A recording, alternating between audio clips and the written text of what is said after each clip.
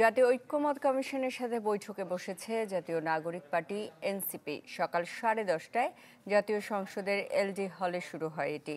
দলের আহ্বায়ক নাহিদ ইসলামের নেতৃত্বে 8 সদস্যের একটি প্রতিনিধি দল অংশ নিয়েছেন বৈঠকে।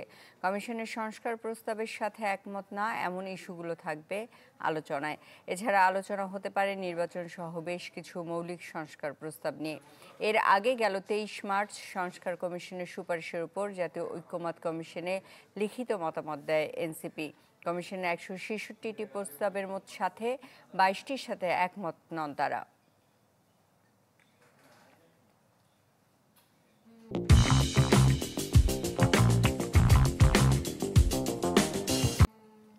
এ বিষয়ে আরও জানাতে জাতীয় সংসদ ভবন থেকে সরাসরি যুক্ত হচ্ছেন জুমাতুল বিদা। বিদা, এই মুহূর্তে আপনার হাতে বৈঠকের শেষ আপডেট কি আছে? বৈঠকটি ঠিক 10:30 নাগাদ শুরু হয়েছে এবং দলের পক্ষ থেকে যারা এসেছেন তাদেরকে স্বাগত জানিয়ে সূচনা যে বক্তব্য সেটি কিন্তু ঐক্যমত কমিশনের পক্ষ থেকে জানানো হয়েছে। এ সময় রাষ্ট্রের সংস্কার, অবকাঠামোগত উন্নয়ন থেকে শুরু করে মৌলিক চাহিদা সবগুলো বিষয়গুলোকে সামনে রেখে বাংলাদেশকে আসলে কিভাবে সামনে এগিয়ে নেওয়া যায় সেই বিষয়টিতে সহযোগিতার আহ্বান জানানো হয়েছে। একই সাথে নিজেদের অবস্থান, জুলাই অভ্যুত্থান প্রতিটি পর্ব কিন্তু আসলে তুলে ধরা হয়েছে ঐক্যমত পরিষদের পক্ষ থেকে এবং তাদের প্রস্তাবিত যেই 166টি পরামর্শ রয়েছে সেটির সাথে দ্বিমত জানানোর ক্ষেত্রে এনসিপি বলা চলে যে 113টির সাথে সহমত, অর্থাৎ সেই সুপারিশমালার সাথে একমত হয়েছে। 29টির কথা আমরা জানতে পেরেছি সেটির সাথে আংশিক এবং 22টি রয়েছে যেই 22টির সাথে তারা দ্বিমত জানিয়েছে।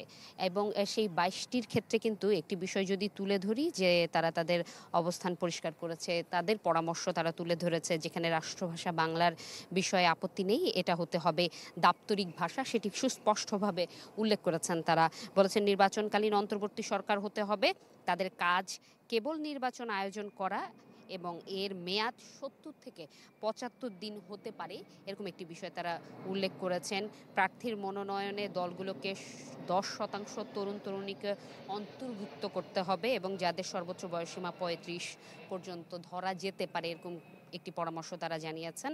এবং তাদের অবস্থান থেকে আরও কিছু পরামর্শ রয়েছে যার আংশিক আমি আসলে তুলে ধরার চেষ্টা করব।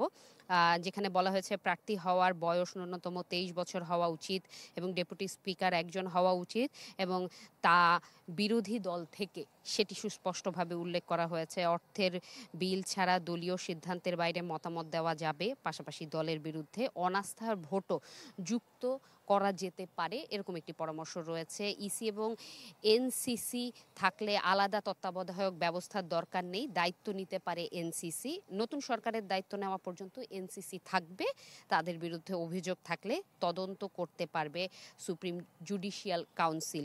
এবং নির্বাচনের ক্ষেত্রে নির্বাচনকালীন অন্তর্বর্তী সরকারের সময় জরুরি অবস্থা জারি করা যাবে না। উচ্চ কক্ষে আসন বরাদ্দের ক্ষেত্রে 1% ভোটের ভিত্তিতে হবে, এই বিষয়টিও তারা উল্লেখ করেছে। এবং তারা আসলে নিম্নকক্ষে 100 জন নারী থাকবে, উচ্চকক্ষে দলের প্রাপ্ত আসনে 33% দলীয় নির্দলীয় ব্যক্তি এবং 25% নারীর জন্য বরাদ্দ রাখতে হবে, এরকম 22টি পরামর্শ তারা তুলে ধরবেন যেটি আমরা জানতে পেরেছি। এবং সূচনা বক্তব্যে দলের যেই এনসিপি তার আহ্বায়ক নাহিদ ইসলাম তিনি কিন্তু বলেছেন যে সকলেই মিলে দেশের জন্য যদি ঐক্যবদ্ধভাবে মৌলিক সংস্কার করে এগিয়ে যাওয়া যায় সেটি হবে, নতুন করে যাতে কোনো ফ্যাসিবাদ কিংবা স্বৈরাচারের জন্ম না হয় সেটির জন্য এক ধাপ এগিয়ে যাওয়া এবং এর জন্য সবাইকে ঐক্যবদ্ধ থাকার আহ্বান কিন্তু সে জানিয়েছে। এই ছিল আমার কাছে এখান থেকে সর্বশেষ। বিদা, আপনাকে ধন্যবাদ। জাতীয় সংসদ ভবন থেকে আমাদের সাথে যুক্ত হয়েছিলেন জুমাতুল বিদা।